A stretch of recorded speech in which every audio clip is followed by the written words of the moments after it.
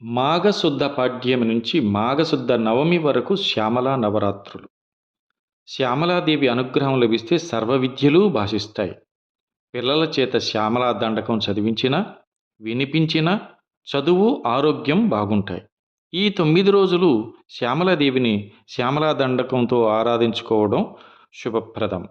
మాణిక్య వీణాముపలాలయంతిం మదాల సమ్మంజులవాగ్నిలాసాం మహేంద్రనీలద్యుతికోమలాంగీం మాతంగ కన్యాం మనసా స్మరామి. చతుర్భుజే చంద్రకళావతంసే కుచోన్నతే కుంకుమరాగశోనే పుండ్రేక్షుపాశాంకుశపుష్పబాణహస్తే నమస్తే జగదేకమాత. అమ్మవారిని ఎన్నో రకాలుగా ఆరాధన చేసుకోవచ్చు. ఈ మాఘశుద్ధ పంచమి సరస్వతీ పంచమి. వేదవ్యాస మహర్షి ప్రతిష్ఠించిన ఏకైక సరస్వతీ ఆలయం మహిమాన్వితం.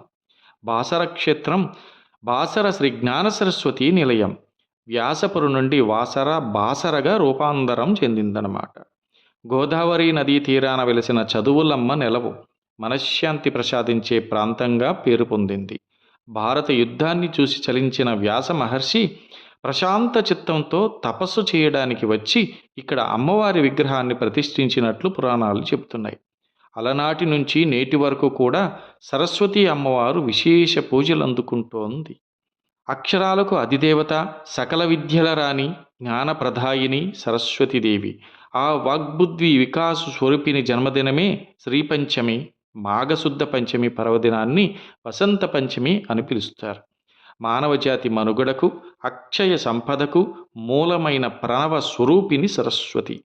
ఆమె జ్ఞానానంద శక్తిగా, వేద జ్ఞాన మాతృకగా వెలుగొందుతోంది. గాయత్రిగా, అలౌకిక విజ్ఞాన ప్రదాతగా భాషిస్తోంది. పరిపూర్ణ అనుగ్రహంతో స్వరాన్ని, వరాన్ని ఆ దేవి ప్రసాదిస్తోంది.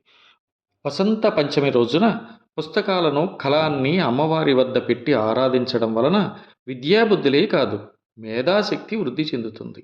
ఆ తల్లి కృప వల్లనే జ్ఞాన విజ్ఞానాలు వృద్ధి చెందుతాయి.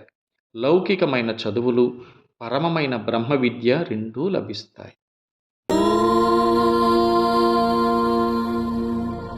सरस्वत्यै